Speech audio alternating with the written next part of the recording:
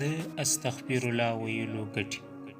امام حسن بصري رحمت الله علیه ته یو سړی راغلی او ورته یې وویل باران نه اورېږي، څه وکړو؟ ده ورته وویل د الله جل جلاله څخه بخښنه وغواړه، استغفر الله ووایاست. د لږ ځنډ وروسته بل کس ورته راغلی. هغه ورته وویل زما د میرمن اولاد نه کېږي، یعنی اولاد مې نه کېږي. امام حسن بصري رحمت الله علیه ورته وویل استغفر الله ووایه. دریم کس ورته راغلی. هغه ورته وویل زه مسکین یم، هیڅ هم نه لرم. ده ورته وویل استغفر الله ووایه.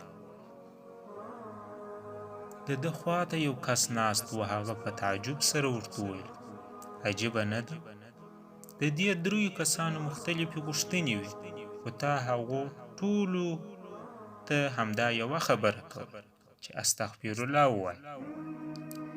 امام حسن بصري رحمت الله علیه ورته وویل بلې، تا د قرآن کریم دا آیات نه دی لوستلی؟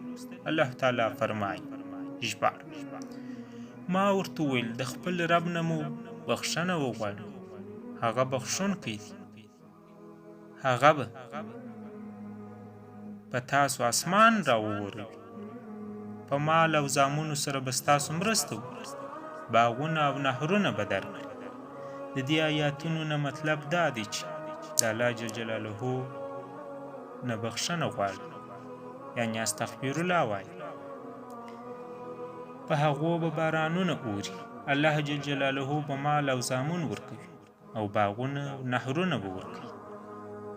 او نبی اکرم صلی الله علیه وسلم وفرمایل کله چې زما په امت استغفار ویل کم سي، نو پر هغوی به د باران نازلېدل کم سي. که غواړې چې ګناهونه دې وبخښل سي نو استغفار ووایه. که غواړې چې د رزق دروازې درته خلاصې سي او برکت درته پکې واچول سي نو استغفار ووایه. که غواړې چې مشکلات، غمونه او خفګانونه دې لرې سي نو استغفار ووایه. که غواړې چې هر کار درته اسانه سي نو استغفار ووایه. که غواړې چې ایمان دې زیات سي او په خوند یې پوه سې نو استغفار ووایه.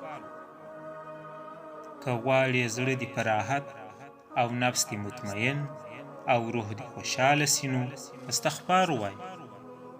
که غواړې چې الله جل جلاله درته اولاد درکړي نو استغفار ووایه. که غواړې چې الله جل جلاله دې پوهه او عقل زیات کړي نو استغفار ووایه. د استغفار ویلو 20 حیرانوونکې ګټې.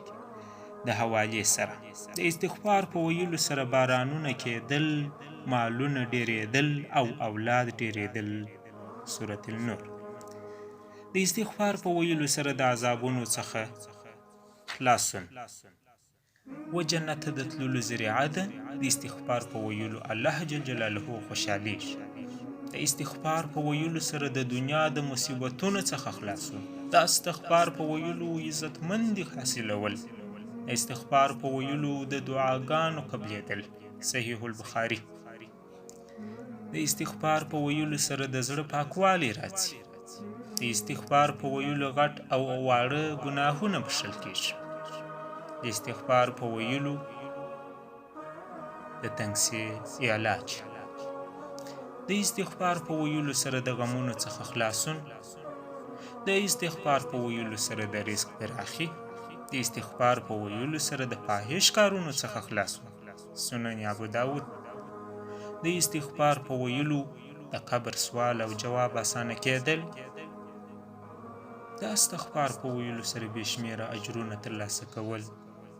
د استغفار په ویلو د وسوسو خلاصون. ریاض الصالحین. د استغفار په ویلو سره د مرګ اسانه کېدل. د استغفار په ویلو سره د جهنم نه خلاصون. نو ګرانو دوستانو چې استغفار ویل دومره بې شمېره ګټې لري، نو راځئ همدا استغفار ویل د خپل ځان عادت وګرځو، تر څو هم د دې دنیا او هم د هغو دنیا په ګټه راسي. الله تعالی څخه بخښنه وغواړه.